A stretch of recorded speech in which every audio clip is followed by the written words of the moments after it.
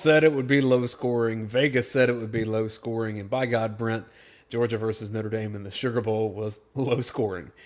We saw that Notre Dame found ways to score points, not necessarily with the offense all the times, or at least put the offense in short fields. And we're here to show you how Georgia's defense did against Notre Dame's offense. Dayne Young, Brent Rollins, filmed it live from UGAsports.com, presented by Oconee Gold Barbecue Sauce, Breda Pest Management, and ASW Distillery.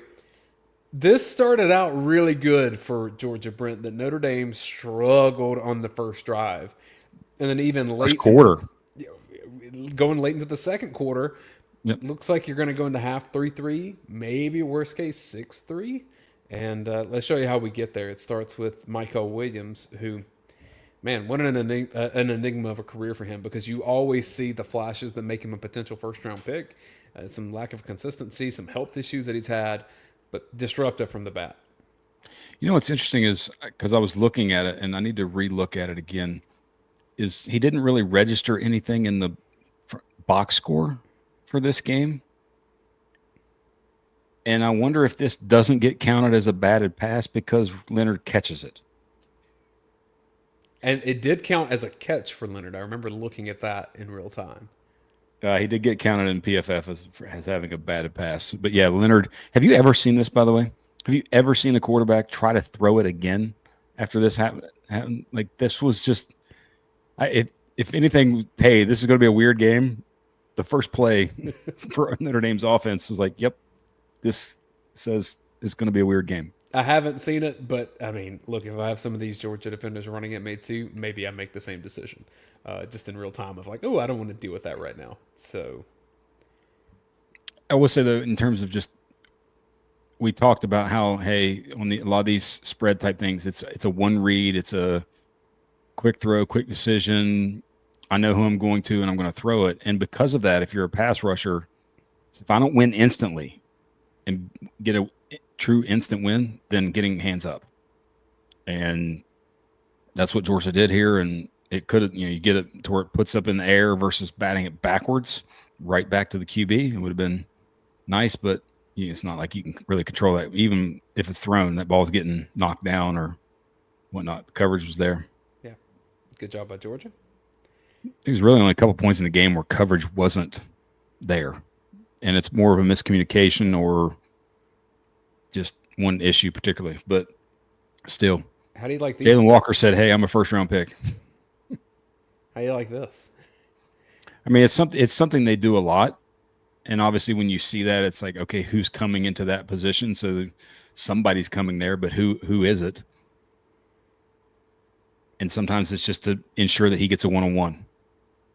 Because guess what he normally does? He wins one-on-ones consistently. And this is a guy who somebody's going to take and put on the edge in the NFL. And I think he's going to be picked in the middle to late teens in the first round. And I think he'll be a phenomenal NFL player. Yep. And look at he had 5 quarterback pressures, didn't have a sack because Leonard was actually only sacked once. And that's, I think, a big difference in the game is Georgia pressured Leonard. I think it was like 44% of his dropbacks, but he only got sacked once. Stockton was pressured 55% of his dropbacks and got sacked 4 times. Like, you just don't have those. Georgia didn't necessarily create the true negative yardage plays that sacks are. They got pressure on him and forced incompletions like here, but this is also just awareness. 3rd and 19. This is not Notre Dame's game. Notre Dame is, let's not make mistakes. Let's do the possessions. Notre Dame was not going to do anything super risky here. They were going to be fine throwing this away or taking something very moderate and punting. But the thing is, like, just from how do you feel? Like, you're winning early. Like, you're winning in the game early, especially first drive here. Getting later in the first quarter, Notre Dame deep in its own territory. Notre Dame watches tape too, Dayne. If they're going to pick on somebody, they know who to pick on. They know to pick on number 7. Now, granted, he only was targeted twice. And what's interesting about the play, go back to this. Go back to earlier. So there they get set up, and then I think Leonard goes like this. Maybe does he give one of those motions once he's set? Yeah. So that they rotate out. And Everett goes out with the guy in motion, and Harris is now staying inside on phase on. I think that's who catches this one, right? Yeah, Faison catches this. Yeah, and that's a matchup that's a win for Notre Dame because he just and the other part I didn't understand about that, like look where Dan is. Why is he allowing the inside, not forcing him to the outside? I know a lot of that's just how certain things within their defense, but because it happened later in the game. But yeah, that's a lot of space that got created right there. If a Penn State fan finds their way to this video just trying to learn about Notre Dame, Faison is becoming Riley Leonard's go-to guy, and Mm-hmm. he's been really good in the college football playoff, Georgia and Indiana. He's versatile. He doesn't. I wouldn't say he's a game breaker, but man, he had some crucial first downs for Notre Dame here. Yeah, and guess who's going to cover him? Somebody who used to play for AJ Georgia. Harris. Or Jalen Kimber. Like 2 of their 3 top corners are former Georgia players. All right, this is something that we've seen all year long, even since G Day. True freshman KJ Bolden, he's so good downhill in pursuit. And also, Warren Brinson is played a I'm going to live in the backfield kind of game. And he's quickly won here, forced a quick throw. And I think Brinson's somebody that in that 4th roundish, 3rd, 4th round, gets picked and goes on and is a rotational defensive lineman for someone for a good 5 years. And I know Georgia fans are looking to say, look at that hold. The only thing I can tell you is this was officiated in a way that you could have called holding on both sides a lot. Oh, yeah, and it was let go a lot. They let him play. There was only one, and we're going to show it. And there was only one to me that was like egregiously missed, but I rarely, if ever, care about officiating. I just unless it's like the last play of the game and they want to insert themselves, but for the most part, it all cancels each other out, and you got to make plays. And Georgia was again early in the game making plays. All right, 3rd and 11. What kind of defense? You see the 2 safeties. We talked about it with Texas consistently. They're going to run 2-man. Well, by the way, look at Munden right here with Starks right before the snap. See him giving the hand signal. Watch him give the hand signals right before the snap.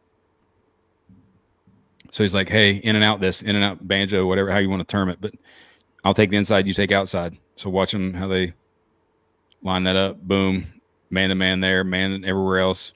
And you get the 3 rushers. This is the odd mirror defense that we talked about consistently with Texas. And Wilson now has a free reign to go win inside. He wins inside. Right in, and Jalen Walker comes in right into Leonard's face, and you get him off the field. Like that's the good thing about this defense. When the edge knows they can win inside, and it's okay, and that's what's supposed to happen, they typically do. The other part of this, though, is that Georgia won by getting Notre Dame into this situation, which is uncomfortable for Notre Dame. They don't want to be going where they have to get 10-yard chunk plays. That's not their game as a whole, especially against a team with Georgia's athleticism. And so you'd won by getting to this point, and then you're able to do this here. And we saw this for the majority of the first and second quarters. And you look at how this game went. I almost think the Penn State game is going to be a carbon copy in terms of style, which is why I think them, Penn State, Notre Dame, like Georgia, Penn State, Notre Dame, like they're all very similar teams, especially with Gunner at quarterback now, where in the way the defenses play, it's like who's going to make the mistake, which quarterback's going to handle pressure better, things like that. This should have been an easy tell. If they're an empty, it's quarterback run. Like it's just how do you not dare them to throw or bring bodies to the thing that you're just giving them easy first downs here. This is not a draw. This is just no hesitation, go. Yeah. I think it was more of a design run here, and you give him the design rushing yards for this, but empty should have been an easy tell for Georgia's defense. Hey, they're running QB draw.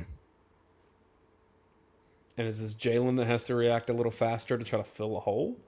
Yep. Yeah.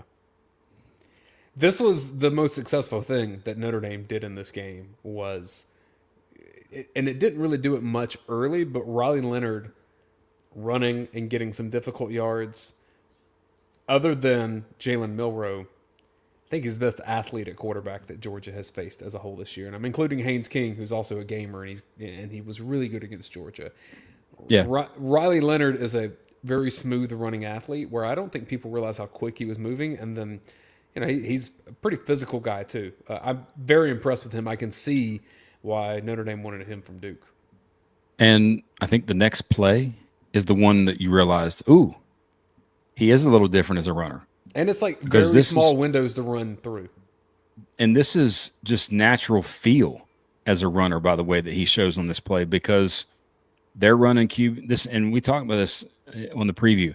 Their stuff is not misdirection, read game like Tex was or Mississippi State. This was power at you with Leonard. And they're running power here. 20 is the lead blocker, pulling out. 20 is the lead blocker. Again, and then C.J. Allen is actually playing this how you would think he would. But because of what happens on the backside of the interior, it creates a massive hole that Leonard just says, okay, I'll go take that. And C.J. Allen overruns it. And again, the speed, you didn't realize that, he's going to do that. And then everybody else reacts, and he just runs by people. Some of it is that he has a long stride, too. I mean, this is not many steps to clear there. Yeah, so he's legit 6'4" kid, big kid. Yeah. And that helps a lot, especially in the open field. And they didn't do this. They didn't do this where he was getting 30-yard runs all game long. I'm not saying that. I'm just saying he caused problems for Georgia. Yeah, and he kept getting first downs. And by the way, 15 rush attempts, 89 yards, 6 missed tackles forced. And this is a points play. They get 3 points because of this play. They're not getting 3 points without this play. I think that's one of the things in this game that they had to get some of these type of plays or they weren't scoring because Georgia was down for down, kind of shutting them down. All right, so next up. If McLeod's not here, yeah, that might be a first down. They might get a first down there. And by the way, if you're a Georgia fan, you're like, okay, who do I like now coming back? And what do I look at my interior, my defensive line? 94 is going to play for you. He played well in this game, played well every time he got his chance. I think he's somebody that you see next year takes another step up. London does a good job creating some havoc there, but that's why I never understand against these teams with athletic defensive lines why you run these screens into the boundary like that, because they just oftentimes run them down unless you're really good at screens.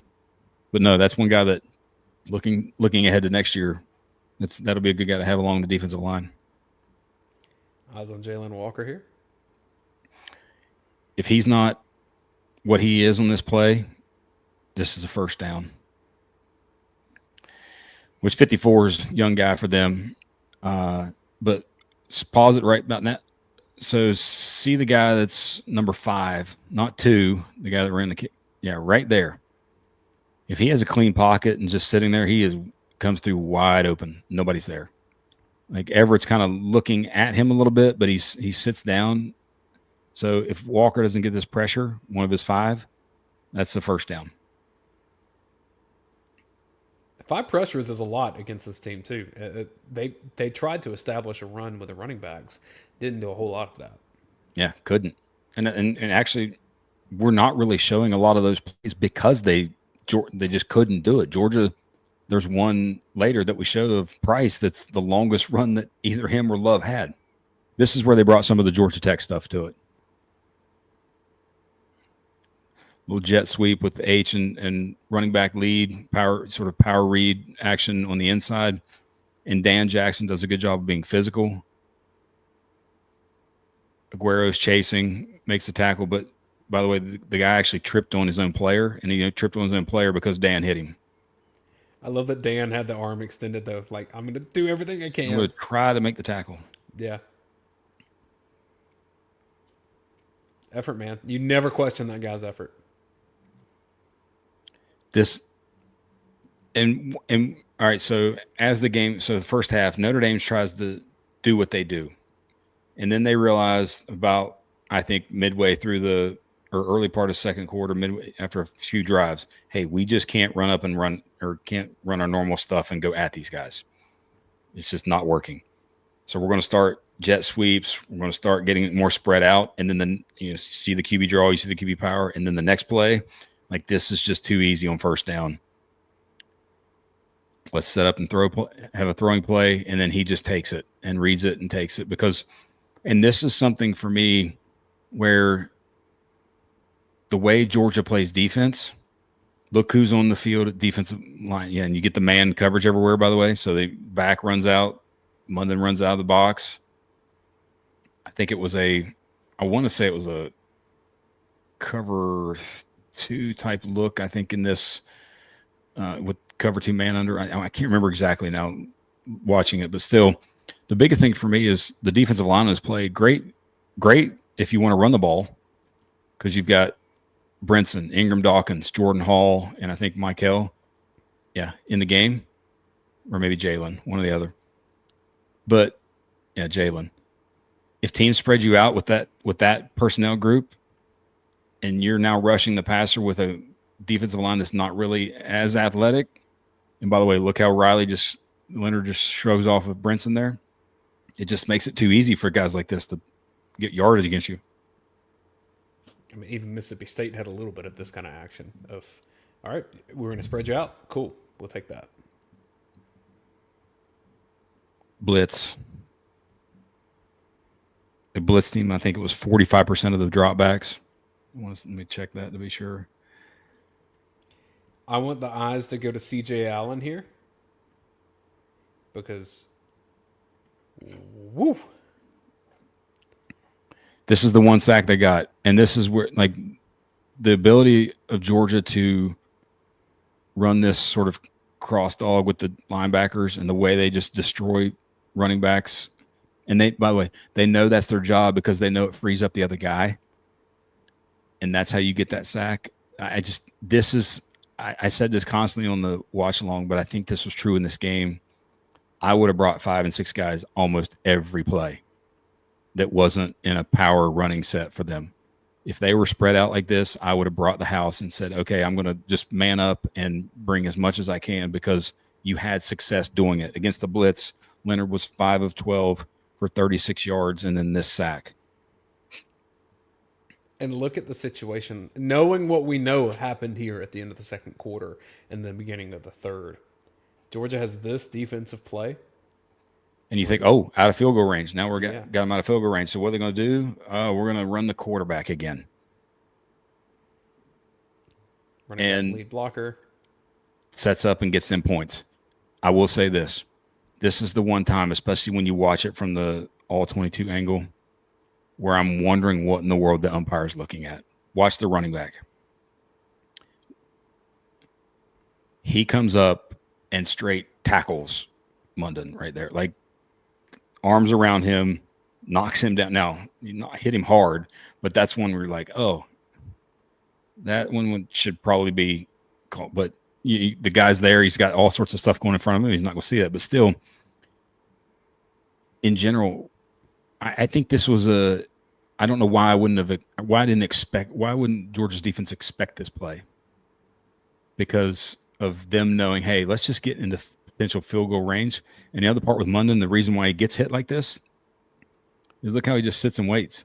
Like, right now, like, Phil, you've got help to your outside. You've got help to your inside. If you don't just sit in your stance and take that on, he gets hit where the green line is. Like, attack. Notre Dame attacked you. You didn't necessarily attack them as much. The other tell on personnel here, and this is similar to like when Georgia would have Cass Jones in on first down, though they did run him a couple times later in the year. Yeah, 20's the blocking guy. Yeah, this is the blocking guy. And if they were going to be running with a running back, he's probably not in the game. Not that he's not talented, and they have run him some, but not in this situation. This is hey, we're throwing it, or we're going to run some sort of QB lead with him. And then look at that. You get into field and you get points. Was it Mitch Jeter is his name, the South Carolina transfer kicker? Game of his life. He's fantastic. Which I know I think I'd seen somewhere where he had some injuries in the year. fine. Okay, had some injuries. He was still 8 of 15 going into the game, and he made all 3. Yeah. So it's something where it's like, okay, even as a fan, you're like, okay, I'd like to be able to count on him, but you don't necessarily know. So he did have a good game. And by the way, indoors, it usually helps. All right, so you got the strip sack. So they get the field goal, they get the strip sack, and then they're right here knocking on the door. In a matter of seconds. And this is just a beautiful RPO that Dan takes the bait, creates the throwing lane, and there you go. Touchdown. You got leverage. And I wonder if Everett thinks he has help to the inside there. And it's just Dan's aggressiveness that creates that. I'm not sure. But what I do know is that a lot of what we saw leading up to this game in commentary was that Riley Leonard is not as skilled of a thrower. And I get it. His passing stats aren't going to be anything in the college football playoff that is going to make him an NFL high draft pick or anything. He can throw a football. Yep, this was good. If you want More to be importantly, really... like he can read offenses and make good decisions. And that's what Notre Dame loves about him. I will say if you want to get nitpicky here, like the 10-yard line's 3 yards. I think it's the left tackle, right left guard that ends up inside the 10-yard line. So that would be an illegal man downfield penalty. If we're into the penalty watching stuff. You said you don't get on to refs. That's what you said. No, it's I will say, I do think the college rules in general are like, it should be like the NFL. It should be 1 yard. But anyway, that's neither here nor there because they got the touchdown. They got the kick return. And now the game is in don't screw it up mode for them. Very much so. The rest Similar of the way. to Indiana. But like Brinson again, by the way, here. Yeah, you're bringing a blitz and you're creating some level of confusion, but you show it early enough that they get to see. But Brinson's just like, okay, right guard, get out of my way. I'm going to the QB. And then Stackhouse does good. Yep, does a good job of getting it. But again, pressure. Like this was the point. This was the point in the game where I'm just bringing it each and every play as much as I consistently can. And I'm going to kind of. There's a succession of plays here that lead to a third down that calls some time. So, all right, so that play happens. This is the very next play, and you bring 6, and you get quick pressure. And they I think they tried to get the tight end leaking out here because he's not necessarily part of the protection. He tries to sneak out, but you still get quick pressure instantly, bringing 6. Incomplete pass. So, fine. Get them off the field, get your offense back the ball. And guess what the offense actually does here after this is they went down and scored, I think, because the next third down, I want to say, is the next play. My quick personnel note, just on you lose Jalen Walker, you lose Michael Williams, a little dearth at edge for Georgia. Damon Wilson looked good at the end of the year. Oh, yeah, Damon Wilson, Gabe Harris. You're going to see more, like the linebacker guys are going to be, I think Raylan Wilson can potentially evolve maybe into a Walker type role. Chris Cole, you saw a lot of him. What do you see from Justin Williams? Like there's guys there. He's gonna be more in the interior. So again, look, offensive goes down and scores 20-10. Next third down. So the previous third down, 2 plays, you brought pressure, a blitz, simulated pressure, and then you brought 6. And look what you do here. You just rush 4 and you go from a sort of 3 safety look. So you see the 3 safeties, Starks, Bolden, and Dan Jackson. You rotate into a Tampa 2. And I will say this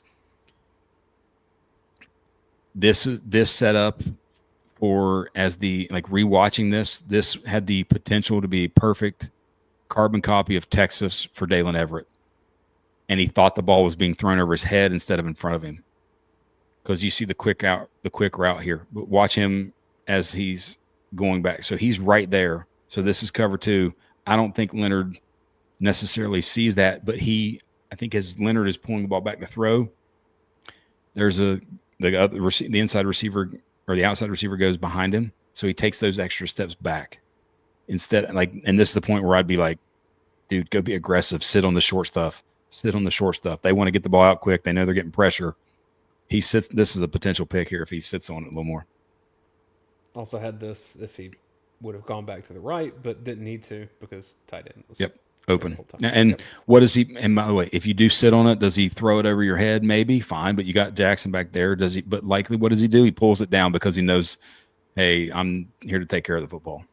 There was like a version of this when we watched the Indiana game where Leonard would step up into the pocket looking for running lanes on 3rd and 5, maybe a little bit longer than some of those. It may have been like 3rd and 3, but then you would have a tight end hang out, and then you'd have a running back hang out, and then you just kind of a lot of feel it. running back checkdowns. He stayed back in the pocket unless he was running a little bit more in this game. Whereas in other games, you've kind of seen him like step up and be willing to kind of do little 3-yard toss passes or short things.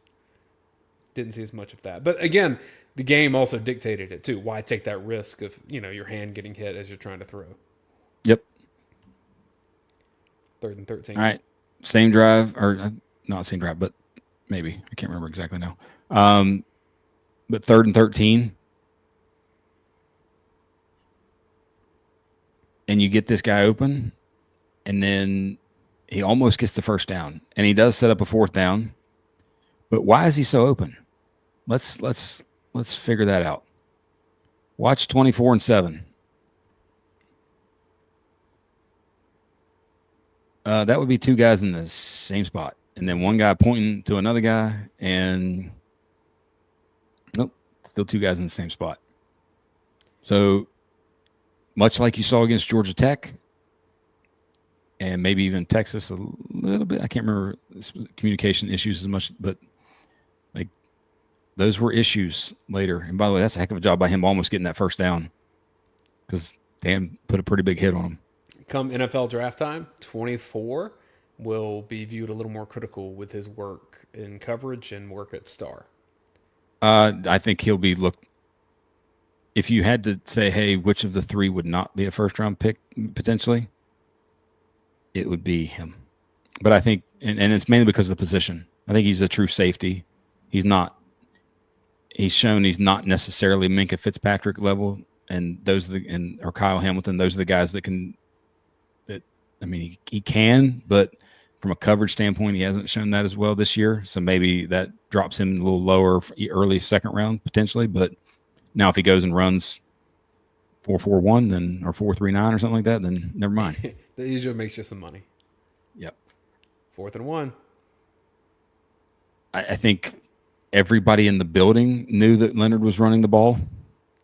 Would be my guess. He still came pretty darn close to getting and it. He still came close to getting this. Like it was.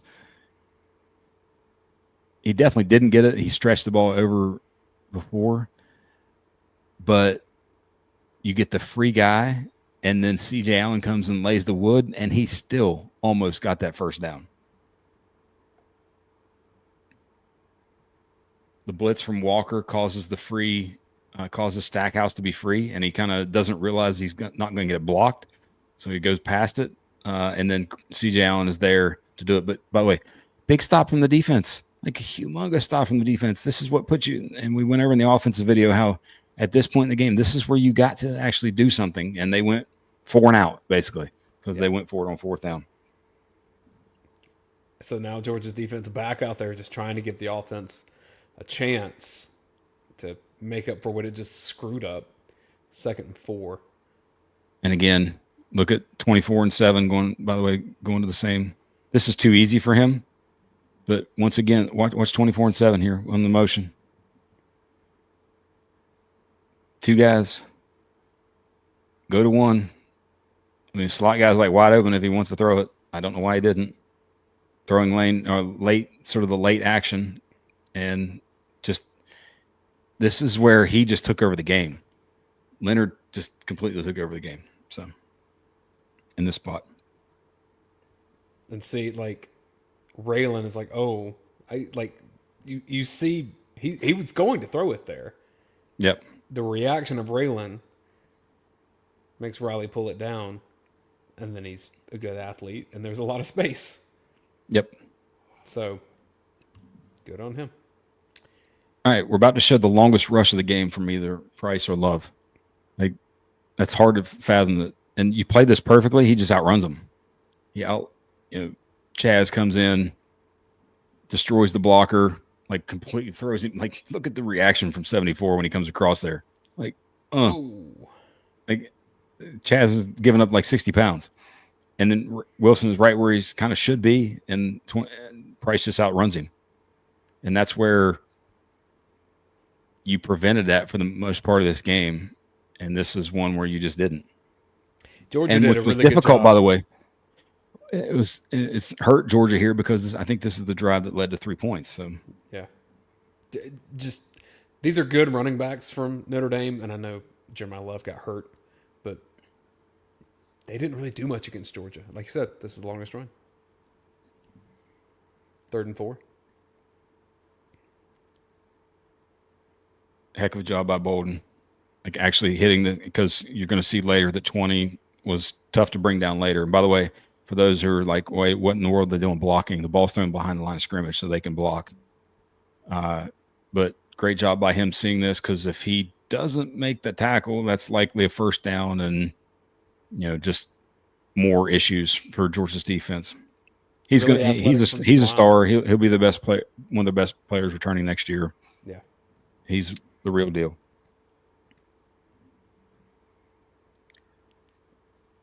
This to me ended it. You got to make this tackle. And Dan has not missed many of those this year, man. Not like that. And it's just make the tackle. You don't have to kill the guy. Like, and 20 just took it and was like, okay, get out of my way. But this tackle being missed allowed the craziness that was the next play. All right, Mr. Special Teams, here we go. I did the long cut of the line changes. So watching all this, the thing I don't understand, and I know Kirby talked about how like we were told you couldn't do this in your league, and like isn't a penalty? Is it not a penalty? I didn't look at the exact rules and look at all of that. I know the guy didn't touch the ball, so that was big part of this. The snapper didn't touch the ball. But my question was, why was Georgia in such a hurry to get on the field? That was the biggest part of all this to me, because what do we see constantly with all these teams now when somebody subs? Is you take your time. Sit on the ball. Yeah. The ref's going to sit on the ball, and you take your good old time. By the way, he almost caught that. So that was the thing I didn't realize until I saw this angle, was like, whoa, that was almost like it was a shot play because the penalty, but like that was almost a completion. Right. But once that happened, and by the way, don't think every coach in America is now putting this into their have to talk about it situationally in their special teams meetings and things like that. And Marcus Freeman deserves all the credit in the world for doing this. And Kirby said it after the game. He wanted us to take a timeout. And of course, that's what they wanted him to do. They wanted to take a timeout. But one, you rush onto the field and try to get ready. Didn't need to. Let's look at the time here, though, because you bring up a great point. So when Georgia makes the change, there are 16 seconds left on the play clock. Yep. Refs over the ball. When Georgia gets lined up defensively, 7 seconds have passed. And so I think you bring up a great point, because the ref doesn't step away until there are 5 seconds on the clock. Yeah. If you jog on, like, that's another 2 seconds and it's down to 3. They're probably calling a timeout, right? Or they're just letting they're letting the delay of game penalty happen. But by the way, here's in the end, there's no way on planet Earth they were snapping this ball to run a play. Yeah, like they're not willingly potentially looking at giving you the ball right there in a 2-score game. They are only wanting you to jump off sides, and you got to know that. And in all the years, like this is the first year that you would think that that's a possibility that would happen to a Georgia and a Kirby Smart coach team, except for the first year. Since 2017, would you think, oh, this is going to happen to a Georgia and a Kirby Smart coach team? No, you're thinking they're going to be disciplined, they're not going to move, and they did. It's funny. There's been 4 or 5 times this year where Georgia has tried to draw the other team off sides, and I think I even said it on one of the watch-alongs. I'm like, man, this hardly ever works. Like this just feels. I understand why they're doing it because the one time it does, but it felt like a waste. And then lo and behold, here's Georgia doing it. The other thing I'm doing, I know there's one up there. You see it up to the top right by Verizon and Caesars.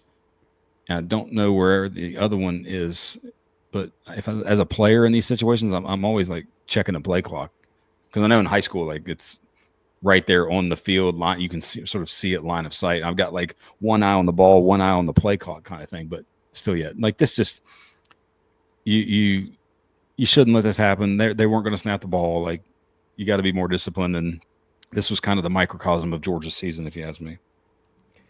And then the nail in the coffin, 3rd and 7. Here's Riley Leonard. And you can't tackle him. He's a great player, 6 man. missed tackles. 6 missed tackles forced. He is a great college quarterback in 2025 to me. And he might be somebody that after, say, 4 years in the league of developing as a passer is an eventual potential starting quarterback in the NFL. Yeah, maybe not, but or a ability-wise, starter guy. We saw how many names do you see in NFL right now that like either I didn't know who that person was or I forgot they were in the league. Yeah. By the way, he's forced 6 missed tackles. Every other runner in the game combined, both Georgia and Notre Dame, 4 missed tackles forced. Wow. So in terms of singular force for Notre Dame, that was Riley Leonard for sure. And that's what they will lean on in the semifinal against Penn State. Now, Penn State has a cyborg at tight end that reminds me of things that Brock Bowers was doing at Georgia. Except he's 6'6". Yeah, so that's an extra complication that Notre Dame will have to face that Georgia didn't really offer with its offensive personnel. So, since you brought up Penn State, if you said, hey, there's going to be this coach that decides to get aggressive when it's 6-3 with 30 seconds to go in the half, they're going to make some questionable decisions, or maybe they're going to run some funky plays that don't end up working. I would have said, that's Penn State. That's James Franklin. Yeah, because we've seen that's how they kept Boise in the game. Like that's how they kept Boise in that game was their own issues as opposed to just running it down their throat. How buttoned up is James Franklin against Notre Dame? We'll see, because we've already seen that Marcus Freeman's team is going to be buttoned up and they're not going to beat themselves. Yeah. I had said that the winner of Georgia and Notre Dame was going to be going to the national championship. Now, I picked the 8 college football playoff games correctly so far. Look at you on a roll. Not that difficult to do. No. Because, it's been mostly favorites, so I'm not like tooting my own horn there. But, like, if the streak continues, then I have Ohio State playing Notre Dame in the national championship. And I actually think that's a really intriguing matchup because it probably takes a defense like Notre Dame's to attempt to slow down what Ohio State's doing. We got to get there first because Penn State is capable of beating a Notre Dame. Yes. And I don't think Penn State's capable of beating Ohio State. I think Notre Dame maybe. So you definitely don't think Texas is capable of beating Ohio State? See, athlete-wise, I know they have the players to do it, but man, does Texas just leave. Arizona State was better than them that whole game. Yeah. I tend to agree. Left and right. So the other part is always like when you're dealing with college teams, like Ohio State's just had 2 games that were perfection. Like, is there just a stinker coming in there, or are they who they are in terms of they're just the most unbeatable force that there is? So we'll see. But if you ask me of the 4 quarterbacks left, I like Riley Leonard the best, and I know he's not even like nearly the best thrower. He's probably the worst thrower among. Yeah. But in terms of overall college quarterbacking and decision making and getting tough yards, I want him over Ewers every day for me. What I like watching. The other element is like that's a home game for Texas, basically. Yeah. Yes, there'll be a lot of Ohio State fans there because they travel as well as anyone. But you mean to tell me that the state of Texas and all the people that back that team aren't going to overtake Jerry World? And I'll say this: Jeremiah Smith is maybe the best player in college football right now. He is. He is. He's not maybe. He is. Okay, he would be the number one overall pick in the NFL. He is NFL ready right now. He'll be in college 2 more years. This is still the toughest situation for what he presents because Texas is really good at defending the pass. And if it's Notre Dame is really good at defending the pass. It's the toughest 2 teams that he could face going home in this thing. And he may be so good it doesn't matter. Because I think he'd be doing it to NFL defensive backs too. We can chat about that in other videos. Thanks to Breda. Appreciate the Notre Dame fans, by the way, joining us. Hey, shout out Notre Dame folks in the chat. We appreciate y'all. Subscribe if you like what we're doing.